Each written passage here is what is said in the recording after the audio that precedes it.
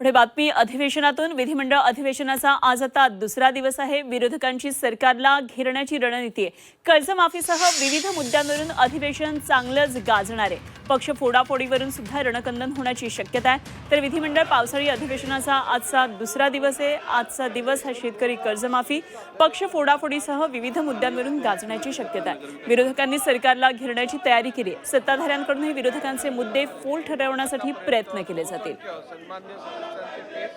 आणि या संदर्भात आणखी माहिती जाणून घेणार आहोत। आमच्या प्रतिनिधी सीमा आढे आपल्या बरोबर जोडल्या गेल्या। सीमा, आज अधिवेशनाचा दुसरा दिवस आहे। काही वेळामध्ये कामकाजाला सुरुवात होणार आहे। आज दुसऱ्या दिवशी काय काय नेमके महत्त्वाचे मुद्दे विरोधकांच्या हाती आहेत? काय मुद्दे घेऊन सभागृहात उतरण्याची रणनीती आहे? अनुपमा, सुरुवातीपासूनच महाविकास आघाडीच्या नेत्यांनी अर्थात विरोधकांनी ही भूमिका घेतलेली आहे की या अधिवेशनामध्ये शेतकऱ्यांचे मुद्दे घेऊन जास्तीत जास्त सत्ताधाऱ्यांना घेरायचा आहे। सगळ्यात मोठा मुद्दा सध्या विरोधकांकडे आहे तो म्हणजे कर्जमाफी संदर्भात। जी सरकारने कर्जमाफी घोषित केलेली आहे त्यामध्ये अनेक अटी शर्ती घालण्यात आलेल्या आहेत। त्यामुळे अनेक शेतकरी या लाभापासून वंचित राहू शकतात। त्यामुळे सरसकट कर्जमाफी द्या अशी मागणी विरोधकांनी लावून धरलेली आहे। आणि जोपर्यंत सरकार या संदर्भात काही ठोस निर्णय घेत नाही तोपर्यंत आम्ही शांत बसणार नाही अशी भूमिका सध्या तरी विरोधकांची दिसून येते। काल अधिवेशनाच्या पहिल्याच दिवशी विरोधकांनी पायऱ्यांवरती आंदोलन केलेलं होतं। शेतकऱ्यांचा सातबारा हा कोरा करा, जोपर्यंत सातबारा कोरा होणार नाही तोपर्यंत आम्ही शांत बसणार नाही आणि सरकारच्या विरोधात घोषणाबाजी जी आहे ती केलेली होती। काल सभागृहामध्ये तर कामकाज झालेलं नव्हतं।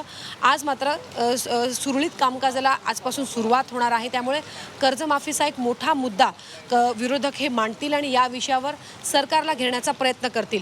कशा पद्धतीने अटी शर्ती कमी करण्यासंदर्भात सरकारी पातळीवरती हालचाली सुरू आहेत हा जाब विचारतील। आणि सोबत दुसरा एक महत्त्वाचा मुद्दा म्हणजे जून महिना संपत आलेला आहे, मात्र अजूनही राज्यभरामध्ये ठिकठिकाणी ग्रामीण भागामध्ये पावसाने हजेरी लावलेली नाही। त्यामुळे शेतकरी सध्या प्रचंड अडचणीत आहे।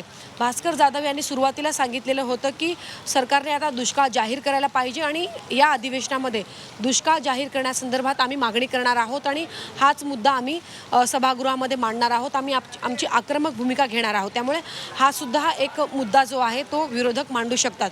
रोहित पवार हे पुन्हा एकदा 29 जूनपासून आंदोलनाला बसणार आहेत शेतकरी कर्जमाफी संदर्भात। त्यामुळे या 2-3 दिवसांमध्ये सरकार काय नक्की या संदर्भात भूमिका घेणार हे पाहणं महत्त्वाचं असेल। आणि जे इतर मुद्दे आहेत, महिलांचा एक मुद्दा आहे, ज्या पद्धतीने महिलांवरती महाराष्ट्रामध्ये अत्याचार वाढले आहेत, गुन्हेगारी आपण पाहिलं की मागच्या 1-2 महिन्यामध्ये अनेक असे प्रकरणं घडली ज्यामध्ये कायदा सुव्यवस्थेचा प्रश्न जो आहे तो निर्माण झालेला होता। त्यामुळे तो एक मुद्दा जो आहे तो सध्या विरोधकांकडे आहे। मात्र अनेक मुद्दे असताना देखील मागच्या अधिवेशनामध्ये विरोधकांची भूमिका ही आपल्याला आक्रमक दिसलेली नव्हती। फक्त प्रेस कॉन्फरन्स आणि बाईटमध्ये जे मुद्दे जे आहेत ते विरोधक मांडत होते, मात्र प्रत्यक्षात सभागृहामध्ये आणि या पायऱ्यांवरती विरोधकांची एकजूट दिसलेली नव्हती। त्यामुळे या अधिवेशनामध्ये तरी एकजूट दिसणार का? आणि आक्रमक भूमिका अनेक असे मुद्दे महत्त्वाचे असताना ते लोकांची मुद्दे या अधिवेशनात विरोधक सगळे मुद्दे उचलून धरतात का हे आपल्याला पाहायचंय। सीमा, अशा संपर्कात आपल्याला आणखी एका महत्त्वाच्या विषयावर चर्चा करायची आहे। तर आज अधिवेशनाच्या दुसऱ्या दिवसामध्ये काय काय नेमकं कामकाज होते आपल्याला पाहायचंय।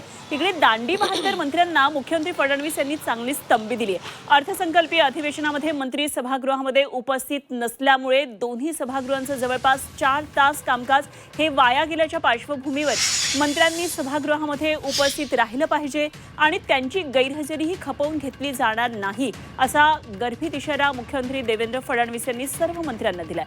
संपूर्ण अधिवेशन काळामध्ये मंत्र्यांनी विधिमंडळामध्ये उपस्थित राहायलाच पाहिजे, सभागृहातल्या कामकाजामध्ये सहभाग घ्यावा। मंत्र्यांच्या अनुपस्थितीमुळे सभागृहाचं कामकाज तहकूब झालं तर ते खपवून घेतलं जाणार नाही, तर संबंधित मंत्र्यांना जाब विचारण्याबरोबर त्यांच्या गैरहजेरीचा तपशीलच सभागृहामध्ये मांडला जाईल असा इशारा फडणवीस यांनी आपल्या सहकाऱ्यांना दिलेला आहे। त्यामुळे आता पावसाळी अधिवेशन सुरू झालेलं आहे। यामध्ये दिलेल्या तंबीची अंमलबजावणी होतीये का, त्याप्रमाणे सगळे आमदार सगळे मंत्री वागतात का हे बघणं महत्त्वाचं ठरणार आहे।